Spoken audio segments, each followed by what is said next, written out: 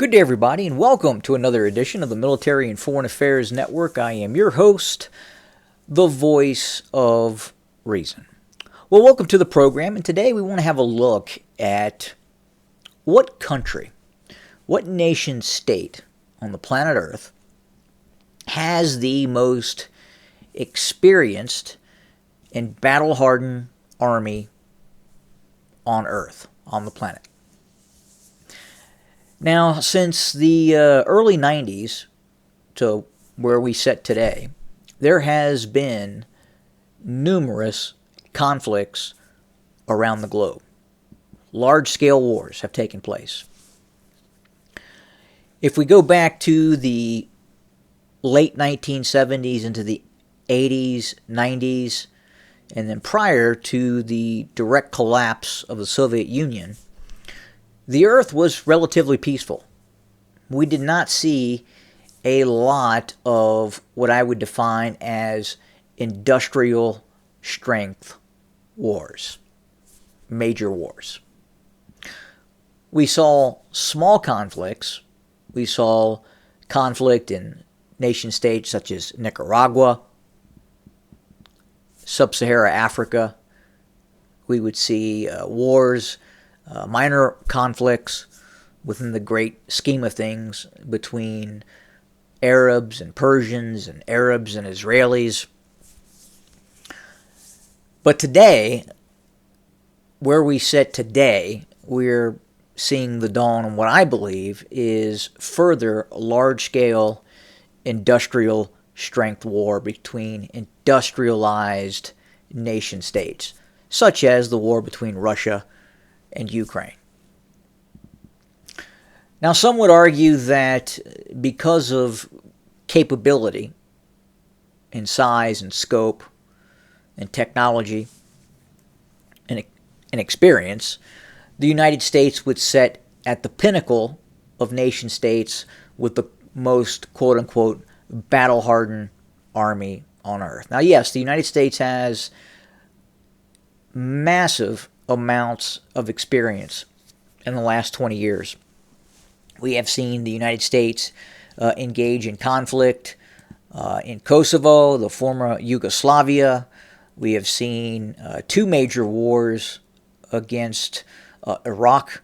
I would say the first 1991 war, where we observed hundreds of thousands of American troops conduct massive maneuver warfare against a very large, albeit incompetent, Iraqi military. At the time, the Iraqi military numbered over or near 1 million personnel, with 5,000 to 6,000 main battle tanks. And the United States made short work of that force using multi-domain warfare. And the first usage, or large-scale usage, of precision-guided munitions and bombs and missiles. Now, further down the road, we continue to see the United States engage in conflict against Iraq. We observed the all-out invasion and occupation of Iraq by the United States. We observed a very large operation by the United States invading and taking control of most of Afghanistan as well. Now, while these were very large and impressive operations, these are not near-peer or even close-peer adversaries for the United States. These two nation states, Afghanistan and Iraq, are not industrialized nation states. So the United States has not yet had the opportunity to engage an opponent that has true industrial capability with industrial and scientific innovation. I would argue that the war against the Serbs, in terms of the U.S. conflict in Yugoslavia, the former Yugoslavia, probably posed more of a challenge in terms of military competencies than the war in Iraq. So yes, the United States has a vast amount of experience, but where the United States is missing that experience is engaging and fighting other industrialized nation states. The United States has not yet had the opportunity to fight an opponent such as Ukraine. Ukraine is a much tougher nut to crack than any adversary the United States has recently, within the last 20 or 30 years, engaged on the battlefield, both in terms of population and, most importantly, industrial capability. Now, other wars that have taken place within the last few years, we have seen a horrendous conflict take place in the former state of Ethiopia, and that conflict continues today. Most people are not even aware that this conflict occurred, and it occurred with Abiy loyalist forces engaging in open warfare against the Tigrayan Defense Forces. This region here that straddles the border of Eritrea and to the south, the former state of Ethiopia. To this day, the ENDF, the Ethiopian National Defense Forces, continue to fight in conflicts against the Amhara region and the Oromo Liberation Army. And the war against the Tigray region, the Tigrayan Defense Forces, was a large-scale conventional conflict. Other wars that have taken place. You have to look at China. China, while having on-paper capability, the People's Liberation Army, on paper, appears to be a megapower.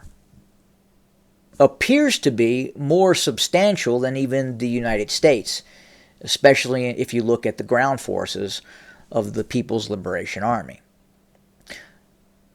The only real military conflict in the last 2 decades the Chinese have engaged in was border conflict with India.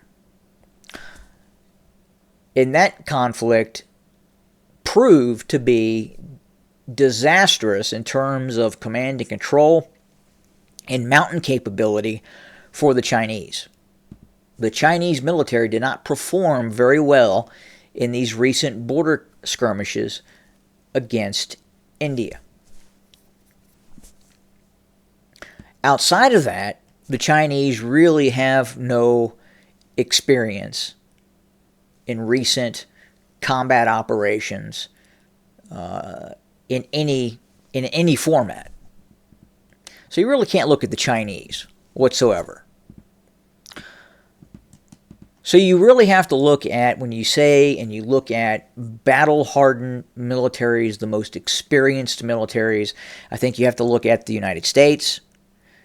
Now, I will not put the United States at the pinnacle of that quote-unquote battle-hardened experience, because the United States lacks that experience of fighting a near-peer or an industrial-sized nation-state. It has not done that yet. Not recently. Now you have to look at the Russian Federation. Going back prior to the Ukrainian-Russian War, we observed the Russian occupation of Afghanistan. And in the near term, within the last 20 years, 25 years, we saw a major conflict with the Russians fighting the Chechens. When the Chechen Republic rebelled, we saw what was essentially almost near a 10-year counterinsurgency campaign by the Russians against those Chechen forces.